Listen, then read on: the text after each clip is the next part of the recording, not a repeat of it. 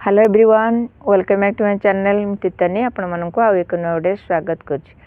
आज हम देखिबा एकजुरा रुक्मणी बा अशोका एई नाम रे ए गछ को आपण माने कहि थांती। ये बहुत सुंदर फूल ये परमानेंट ये वर्षक 12 मास ये फूल फुटी थाए आ टिके फर्टिलाइजर जेकोन फर्टिलाइजर आपण माने दे दियंतु ये सुंदर सुंदर तार कढ़ पेंथा पेंथा हाइके आसताए आ फुटी थाए।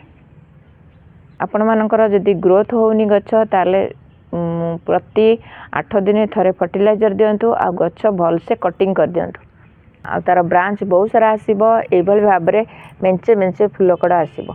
आ जदि आपण माने काटू नांती ताले हळदिया एमती पत्र पड़िबो आ तार पोक पोक लागिबो आ फूल कड़ा जमा आसीबोनी।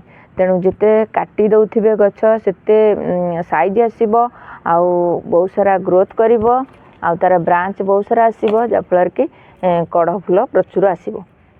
आ गोटे बहुत सुंदर कथा आपण माने आकु संपूर्ण खरारे रखंतु आ खरारे रखिले गछटा बहुत हेल्दी होता है और ग्रोथ बहुत सारा करि थाए। खरा दिने दिन को पानी निश्चय 2 थर दियंतु कारण आ माटी ड्राई सबले हो जाय थाए। अन्य सीजन रे पानी दबा किछि दरकार नाही। माटी सुखिले माटी ता एमती ड्राई हेले तापर जाय के आपण माने पानी देबे। बहुत सारा पानी देले फूल कड़ बिल्कुल आसीबनी।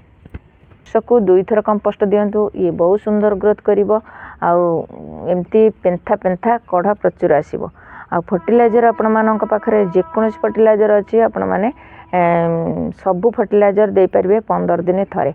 आ जेकोन फर्टिलाइजर आपण माने दउचंती मु तो हे करथिली सोरिष खलीर फर्टिलाइजर देखंतु फर्टिलाइजर आपण माने दउचंती जते बेले खरा दिन को छाड़ी के अन्य दिन रे दियंतु आ जति कि नेबे दी सेति कि पानी मिसई आपण माने दे परिबे।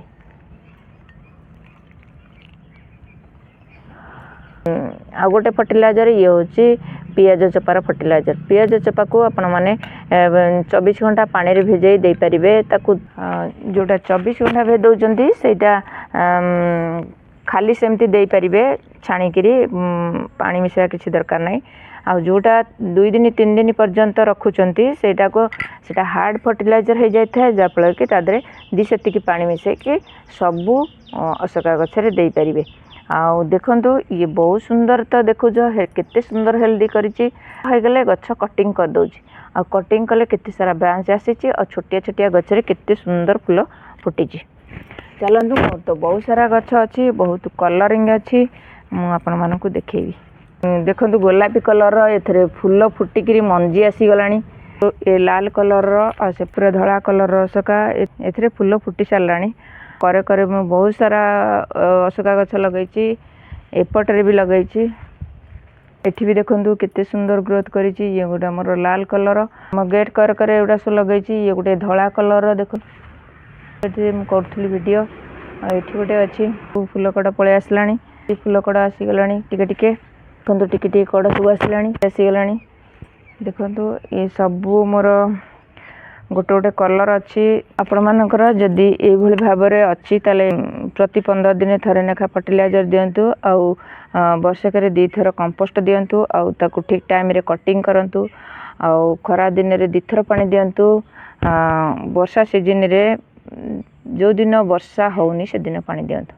आ देखंतु गछ केते सुंदर हेल्दी हबो आउ केते सुंदर तार कढ़ सब आछि आपण मानकर सेमती भी आसीबो।